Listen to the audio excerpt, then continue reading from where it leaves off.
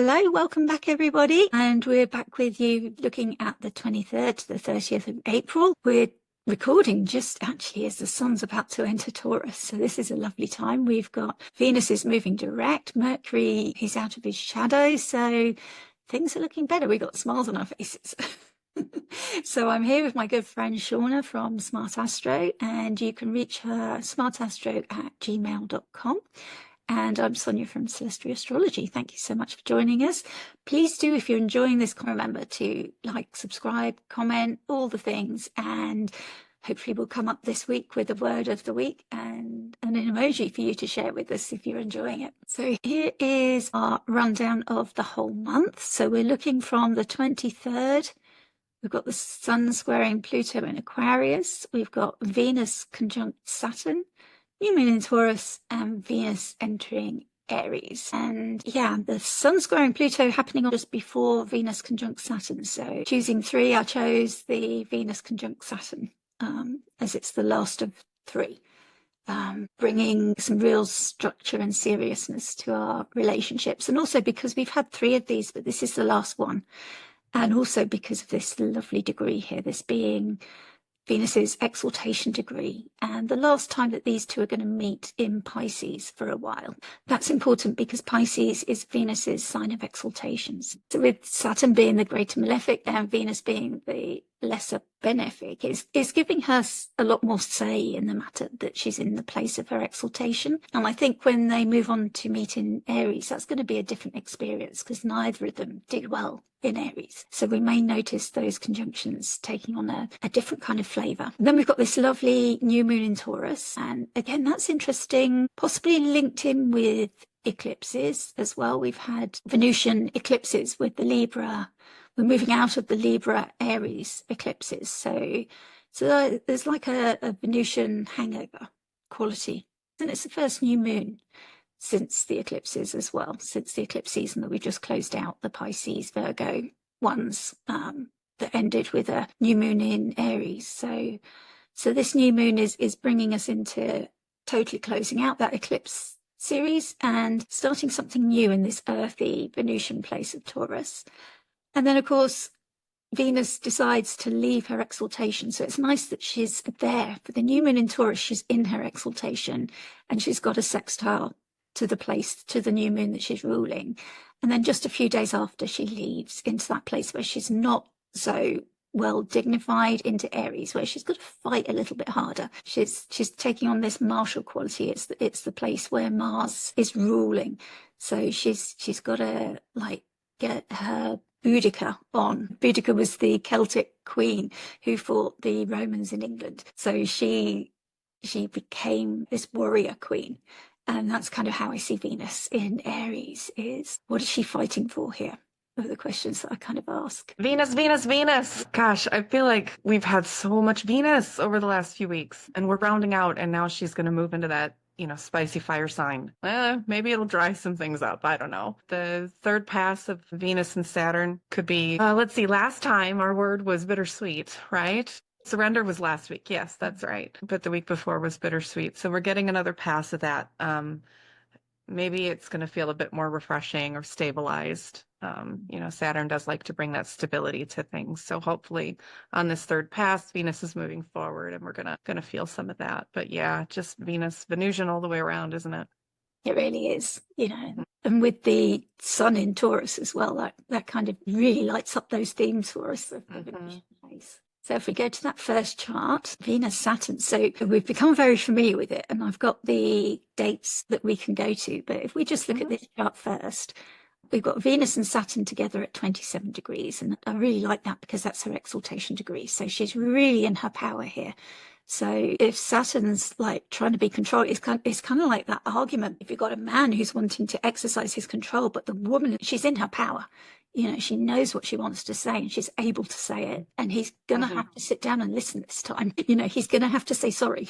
at the end of this conversation and acknowledge what he's done and hear her out. It's not one of those debates where she's having to nod and listen and say okay and agree to things that she's not comfortable with. It really feels like a time when he's going to have to listen to her. I mean, that there is always a shadow side with these two. It can be a lonely place. Saturn can bring that distancing. It can be the outsider planet. It was the furthest planet for so many years and years. For the ancients, it was the last visible planet. So it's said to rule the boundaries between the planets and then the fixed stars on the outermost place. So he was the boundary sort of between that godly place that was outside what they saw as our sphere of the planets moving around, being closer to Earth. And then we have the nodes there and the moon. So the moon bringing things into our body and being able to bring that down to Earth and into our fields, bringing up memories for us maybe of what's come up before.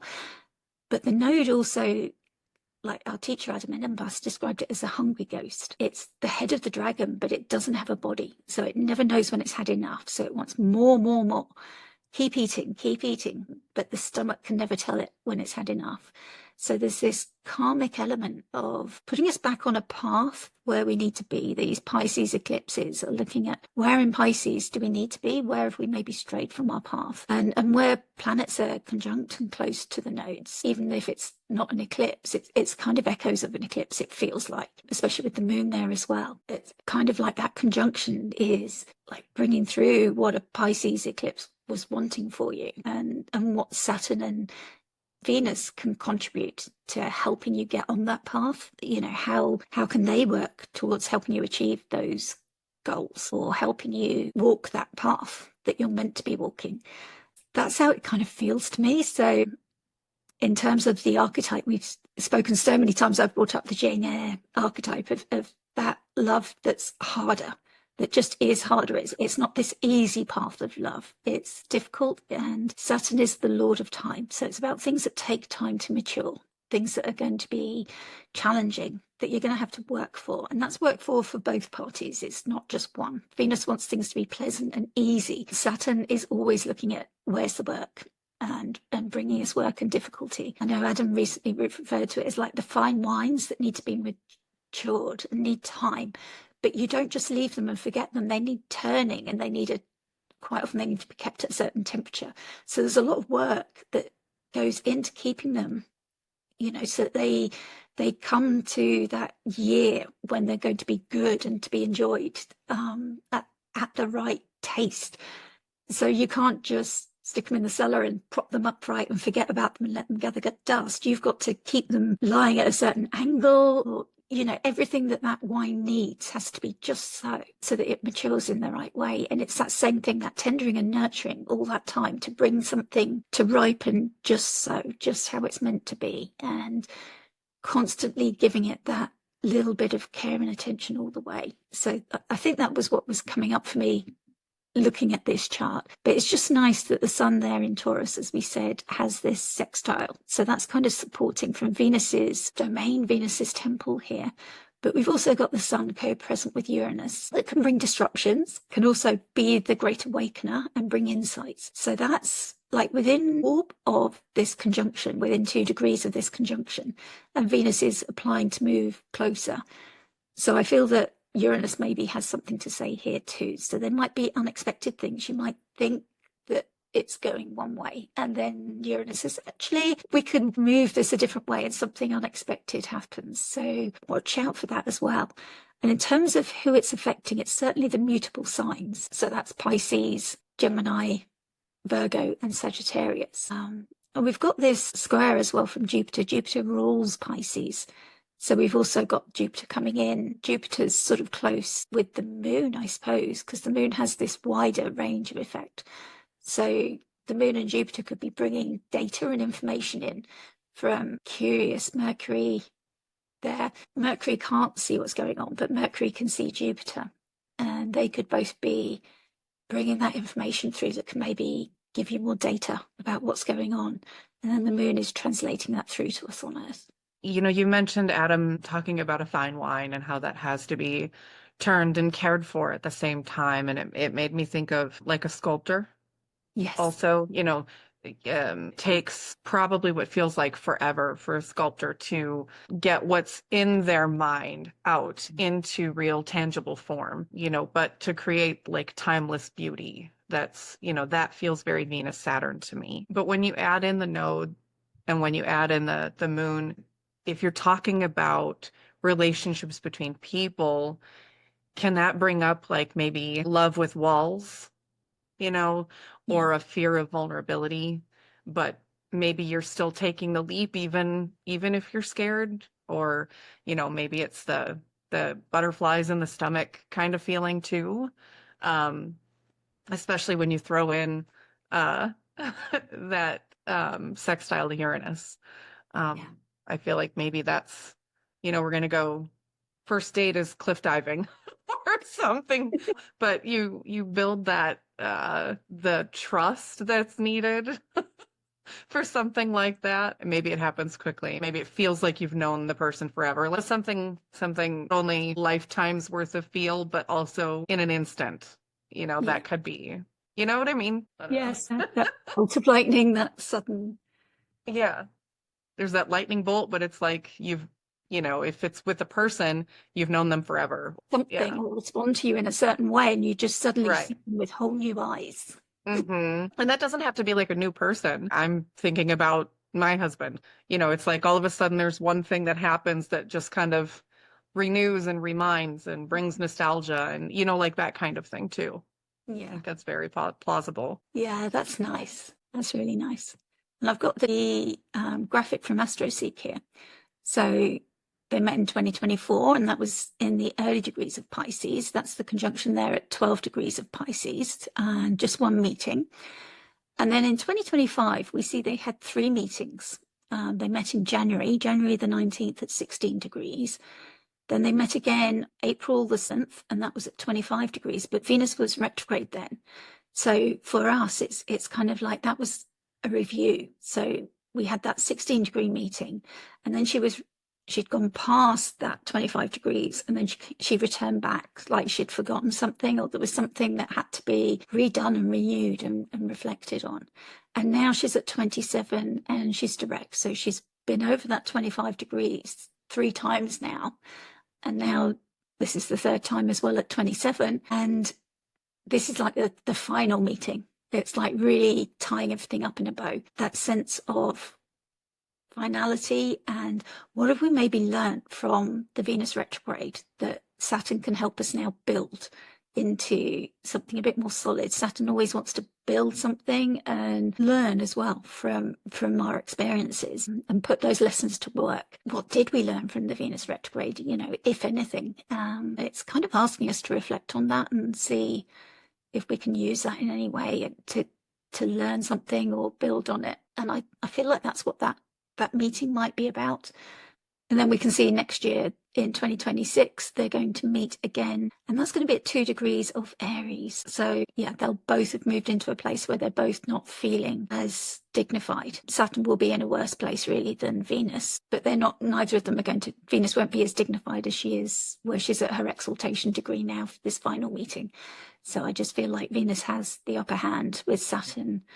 Saturn's not great in a watery place. He's a planet of earth and air. But for both of them to be in this fiery place, that's not natural for them either. Next time they meet next year. So enjoy this last conjunction and learn what you can from it. I just kept thinking muddy when you said they're going to be in that watery place, Yeah. But, I mean, mud is very nurturing, right? Full of nutrients. Words are really hard. It's hard, yeah.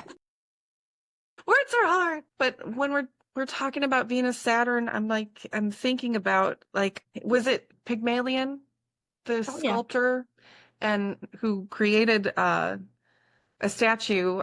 I believe he was a sculptor who used ivory to create statues. He vowed not to marry because he was, the way I read it, was disgusted by the women in his society and vowed not to marry. And he created this statue that was so beautiful, he fell in love with it. And then he started praying to Aphrodite to bring her to life. And then he married the statue. Gosh, yeah, that's really Saturn. I mean, it feels very Saturn Venus, yeah. In love with rock. Yeah. I love rock. Yeah, I love rocks. I'm not sure I'd want to marry one. Thank you for that, Shawna. You come with all the great stuff. I love your thoughts. Speaking of mud, It's quite a leap from mud. Oh, here we go with the mud. here we Such are a with theme, isn't it? mud. Yeah. All right. Our new moon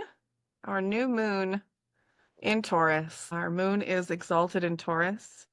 All the warm and gooey feels, right? But a new moon is indicative of starting something, usually, right? It's the ending of one thing and the beginning of another. So we are staring at cultivation. We have our new moon in Taurus. Our moon is exalted here. Taurus is just luscious, right? Has all the feelings ruled by Venus. This new moon is in a sextile by house, not by degree. Little beyond that degree scope there if the moon gets 15 degrees, right? Do you kind of go by that? About 15? Yeah. Thereabouts. She moves so fast. I don't know. I would think some of the kind of themes that are coming up for this are we finding some stability and security with Taurus? The moon sometimes can reflect our body, our pleasure, our resources, money. So when we're looking at an exalted moon in Taurus, are we kind of staring down the barrel of some self-care here? That would be lovely. Are we maybe paying more attention to our values and our self-worth? The first decan of Taurus, thank you for adding these notes, are organizing resources. That goes along with this cultivation, assessing conditions, and some planning and preparation. I was just telling you that I love the images that Nicola created in this deck of cards with the Wild Way. They're thoughtful and considerate, and some of them quite cutesy, but very welcoming and warm, and still bring across those themes that she's trying to share.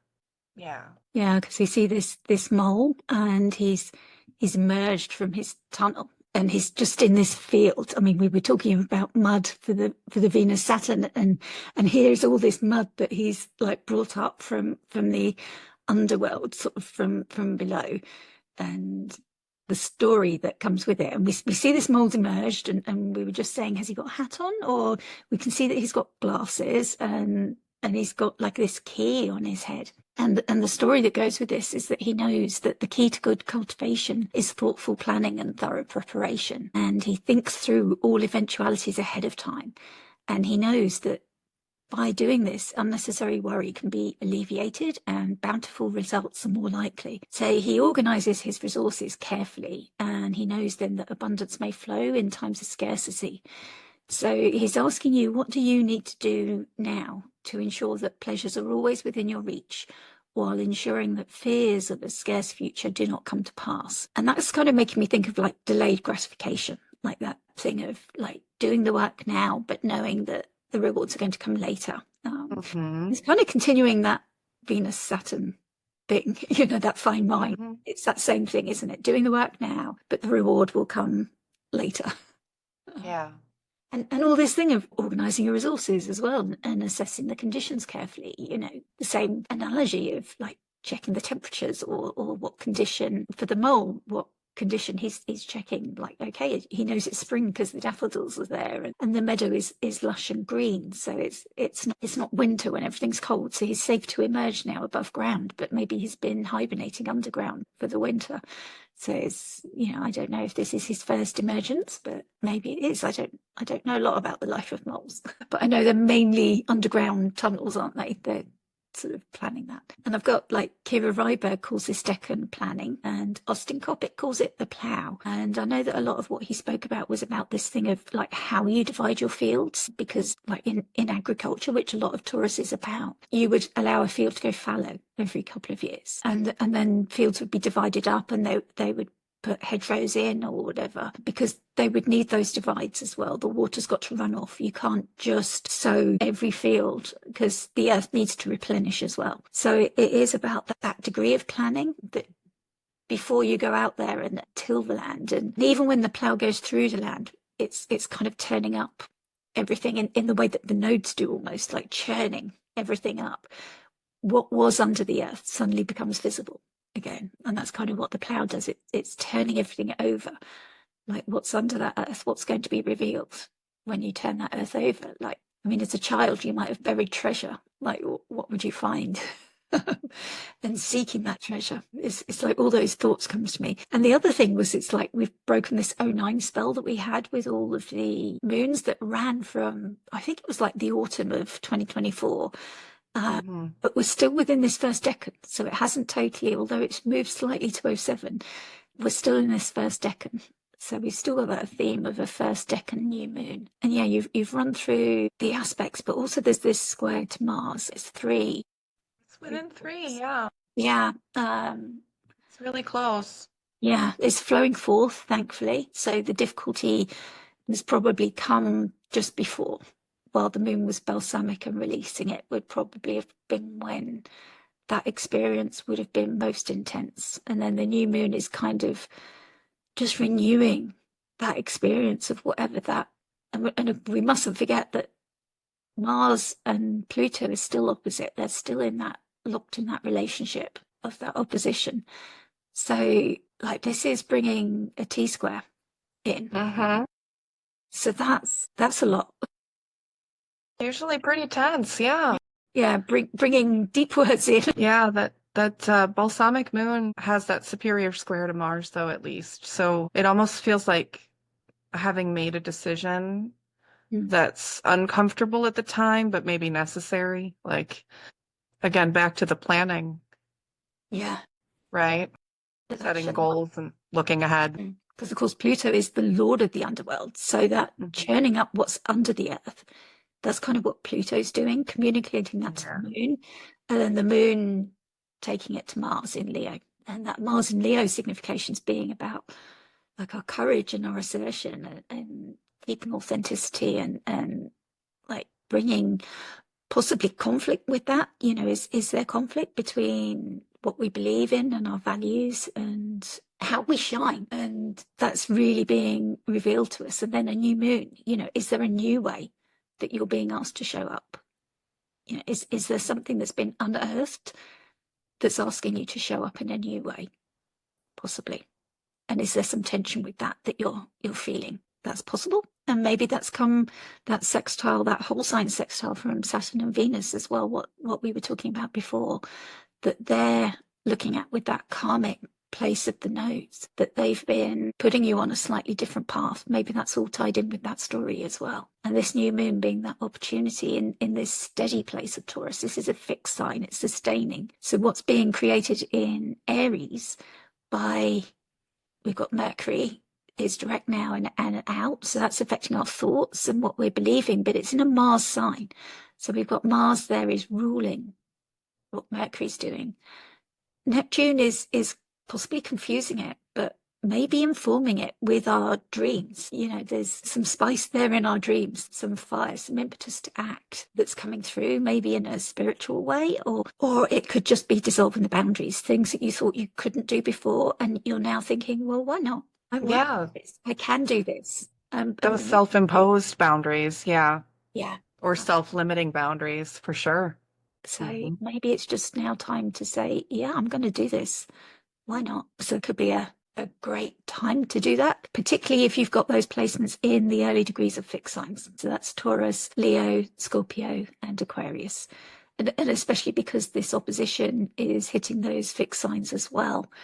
You know, and the tension point there is this new moon, possibly even feeling it with your body. So the Libra full moon that we've just had also had a T-square between the luminaries and Mars. So there's like a continuation of this story. But of course, Mars then was in Cancer. So it's continuing, but it's shifted from that protective place of Mars in Cancer to this more assertive Mars that we see in Leo. So that story is continuing and being highlighted for us. And also Mars is at 4 degrees here. So it's still in its shadow of that retrograde, that ongoing retrograde that's lasting so long, but it's so near. When it gets to 6 will be when it's out of that shadow. Nearly there. Probably maybe the last moon that we'll see with Mars in its shadow before we're free of that story and we can look back and see exactly what that story's been about. It's been a long time, hasn't it? It feels like a long time. It certainly does, doesn't it? Especially for anybody who's like struggled with that story, where it hasn't been easy. I'm not sure what my story is yet, apart from kitty cats coming. Hey, you know what? That's enough. That's okay. Sometimes you can't see it until after Yeah, anyway. You yeah. really can't. Yeah, I mean the forest for the trees for real. When you're in the middle of it, Mm, it's sometimes just too much, too intense. Or on the flip side, it's too subtle and it passes you by until you yeah, get a chance to think about all of the happenings and the goings on that you were too occupied to notice. yeah. Was it Adam that talked about at one point in his lifetime, his career of astrology, that he was so hyper fixated on astrology itself that that became the anxiety? Mm. Like he was anticipating something to go wrong. And the fact that he just had that massive anxiety around the astrology and around the transits That was was the the thing. story. It's a good reminder to, because you and I mean, we live astrology, we breathe astrology, we see it in everything. I listen to clients talk all day long, and I hear it in their voices, and I want to ask Yeah. their charts, and I Where's want your to Mars? talk about all the things, and I Yeah. just know that I'm gonna say, "Are you this?" And they're gonna go, "Huh?" Yeah. Because it's just not the setting. But it's a wonderful reminder to make sure you poke your head out once in a while and not get sucked into the planets are out to get me, because they're not. It's just a reflection of the mood at the time and a reflection of the vibes at the time. So it's a good reminder to make sure you come back out of the clouds sometimes. Absolutely. Yeah. Yeah. And I suppose it can be internal as well, can't it? Internal recognitions and understandings. Yeah, definitely. There's that vagus nerve thing, right? Yeah. That vagus nerve that you're able to calm yourself, or, that's what gets all tied up, so to speak. That gives you all the stomach issues and whatever, the hyperventilating. And what do? You have to go back to your core, back to your breathing, and that's how you Mm. bring yourself back to center. Right. Okay. Venus, like we haven't talked about her today. So So Venus. Venus really wants us to know that she's here. So she's returning to the Aries party. Look at this build-up of Aries planets now. And look how empty Pisces is getting. It's like I really, know. when we spoke before about Saturn bringing up the rear, he really is the last one standing on his own. Pisces was full, and now Saturn's left clearing up the mess. Leaving it all tidy and nice before it's empty, for quite some time now until, well, the moon will visit, but it's going to be quite a while before all these planets work their way back round to Pisces. So we see Venus, this threshold, this cusp between Pisces and Aries has been so well travelled, and it's Venus's last turn to cross that sensitive threshold. And straight away she meets Neptune, and she'll also be sextiling Pluto, which is happening to everybody crossing that threshold. And of course, we know that in time Saturn will also cross that threshold, meet Neptune, and sextile Pluto, which will be a big deal, but we're not there yet. That's coming up in a month, but watch this space. But yeah, we're back to that Venus Neptune, but that's not going to have the same dreamy feeling that it had in Pisces, because of course we've got this heat or this steam that we're looking at. So I think I said before, we're looking at this archetype of the warrior goddess, the queen, who's in exile now because we're opposite her home of Libra, where she's seeking fairness and justice and harmony. And now she's in foreign lands seeking that. And so she's in this unfamiliar place, this hot place, where she likes breezy air there, and she likes to be in Taurus, where it's springtime, sort of that spring, earthy, sensual place. But here, this is just heat, sort of Marsy heat and sun. The sun is exalted here, and Mars is like pioneering and very active. And Venus wants to move slowly and steadily and thoughtfully. So that's how she's having to struggle. And it makes me think of these early women travelers. If you've been watching that 1883 on Netflix, and I know there's other ones about the first families going out to America and crossing this Oregon Trail, and obviously meeting the indigenous people that they didn't necessarily know, but how they stuck so hard to society rules, even though it was completely inappropriate to their environment. And I know in 1883, this is the girl, and she went. She started wearing trousers because it was more appropriate because she was in the saddle all day, and she met a Native American she fell in love with, and so she started braiding her hair and wearing clothes that were more appropriate for the environment that she was in, which was hot and dry. So she was truly pioneering it, and he gave her a name and everything, and she you know, she had to fight, so she learned to use a gun. But her mother was absolutely horrified. And when they got near to an American fort led by soldiers, she had to go back into her dress and curl her hair and meet all of those expectations, because otherwise these men, her own men, the white men, would reject her, you know, and she would be an outcast with them. So it's interesting how that worked, and how there was the potential there for that assimilation, and how badly it failed, really, because of that inability to see that their society that they'd left behind and they were moving away from just didn't work in this environment that they were now in. And that potential that, you know, that the early pioneers that went there could have assimilated, you know, and adapted to these rules, and how the give and take works so well as well. The understanding was there, and the communication. She learned a lot of the language as well. And that's why I was so fascinated with that series. And, you know, I'm on my second watch now, just because there's so much there to kind of understand. And I know that that's fiction, but I know also that it happened, because a lot of people, we were talking recently in our group about DNA. And you're actually taking me on a little journey as you're talking about this show. I haven't seen it yet, but I love these kinds I do recommend. Yeah, I haven't seen. I love these kinds of like stories, but you're taking me on a little journey of the Venus retrograde story itself. Yeah. Yeah. And yeah, the potential that was there, that's so heartbreaking, isn't it? That integration could have been possible. And I know from like the British story as well, that we took diseases over there, and that there were famines, and there was the potential, and that the Native Americans did help a lot for the communities there with food and the seeds and what to plant, because we tried to plant British things that obviously didn't grow. Didn't work. Yeah. So a lot of the communities that went out there were starving at first, and there was a lot of support, and it just breaks my heart that it didn't work, and that there was that divide, and the way that it's still panned out now, you know, and in Canada as well. I learned a lot when I visited Canada about the relationships there.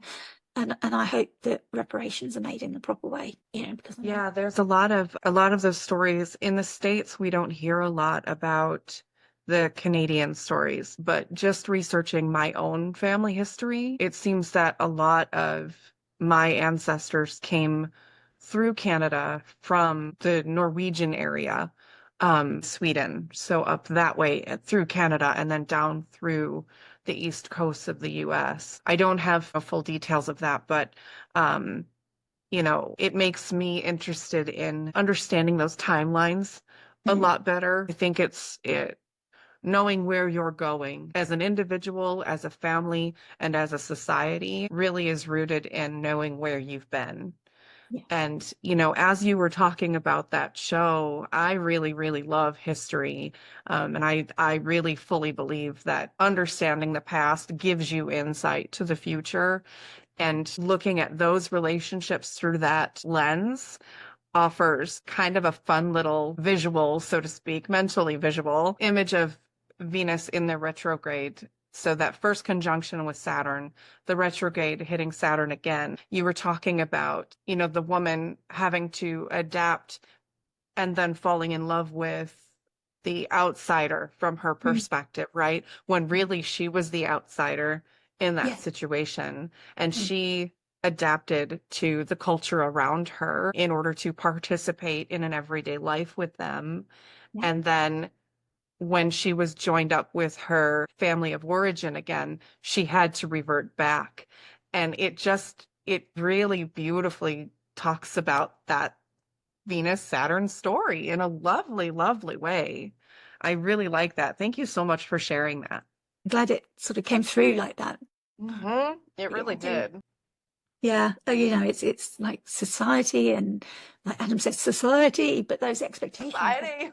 Yeah, they've got a lot to answer for, because it really was ridiculous for a woman to be out there with like these huge gowns on, like this white gown, and she was all buttoned up in a corset and everything, and you know, with her hair all curled. It made no sense. Traveling for days on a horse is like, yeah. You can see why she lost about 2 days wearing that. And then, but looking at the men in leather trousers, it was like, you know, out of curiosity, what time of year did they set that in? Oh, I think they traveled like over the course of a year, because you saw the seasons. Sure. Yeah, so you get all the seasons. Yeah. It would be interesting. They were held up at times because they had to wait for rivers to rise and fall. Yeah. So they could cross them when they set out. I mean, I can't remember now, but the weather was definitely something they had to continually adjust to. Yeah. Wow.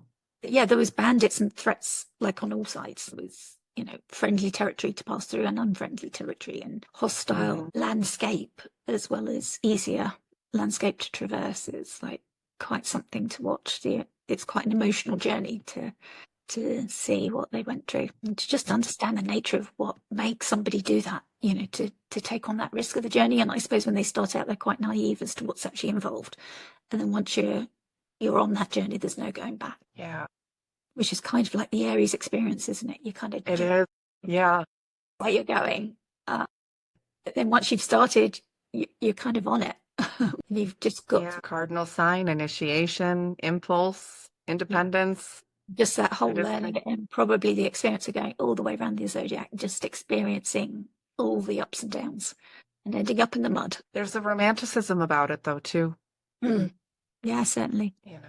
And that nostalgia of looking back, isn't it? And the different stories and the way they're told, like even over my lifetime, like the different stories that have been told and the way they're being told.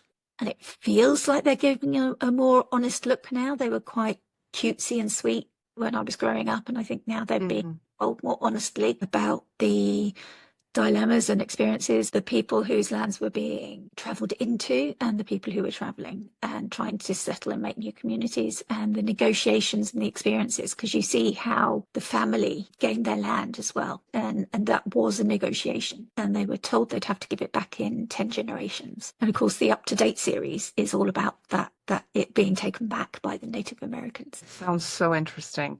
I'm gonna have to take a look at it. I hope people understand what an honor it is to be able to know your family's history and to know your family's origins. There's just so many groups of people that don't, and it's not centralized to one demographic over another, not necessarily anyway. I mean, if we're talking about the majority of people, then yes, there is a demographic for sure that has that ability to trace things back. Not everyone does. It's just such an honor to be able to do that.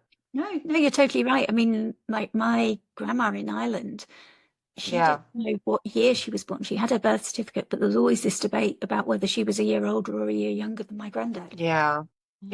Because they weren't sure, or she didn't get her birth certificate in time, and so even to this day, we sort of don't know exactly what year she was born in. So, which is awful. That's heartbreaking for an astrologer to not have that information.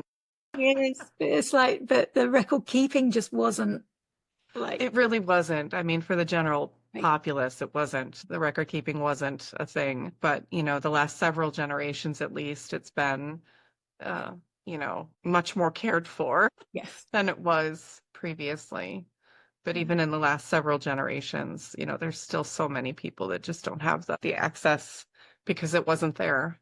Yeah, and stories weren't necessarily passed down. Aries planets don't worry about that, but once you get to Cancer, they do. And Pisces does that holding of memories and passing down the stories. So Saturn in Pisces is certainly worried about like keeping those memories and holding them and building something with them. And that's what Mars in Cancer has been worried about.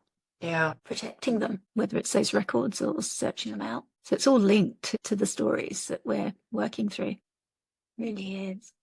No, I mean, I like that the moon is conjunct Jupiter almost to the minute. Yeah, that just seems really nice, especially as Mercury's the ruler and it's co-present with all of those planets in a sextile, a whole sign sextile. But they're talking to Chiron, really, aren't they, by degree?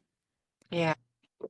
Maybe expanding our wounds and bringing more information through about what we need to do about our wounds on the journey that we're on, and Venus and Neptune sort of bringing in that impetus to go with our dreams. There's such a pileup happening, right, in Aries there. But It's that harder. sextile, I mean, it's by sign. But if we're thinking about Venus, Moon, Jupiter, like, are we trying something new in how we dress? Did we finally decide on the haircut? Yeah, maybe you do. For those who don't know me, I've been threatening to cut back into a pixie for a while now. Are we dressing bolder? Are we dressing just differently than people expect us to? Maybe that's the Chiron thing, is like dodging people's expectations. Yeah. Jupiter, Zeus is not listening to anybody else. He's doing his own thing. Yeah. So, when Jupiter and the moon are canoodling, like, what do we get? Is it more playful, more flirtatious, more daring? Especially, I mean, now that Venus is in Aries, is she going to make the first move? Does she have a short Good. fuse?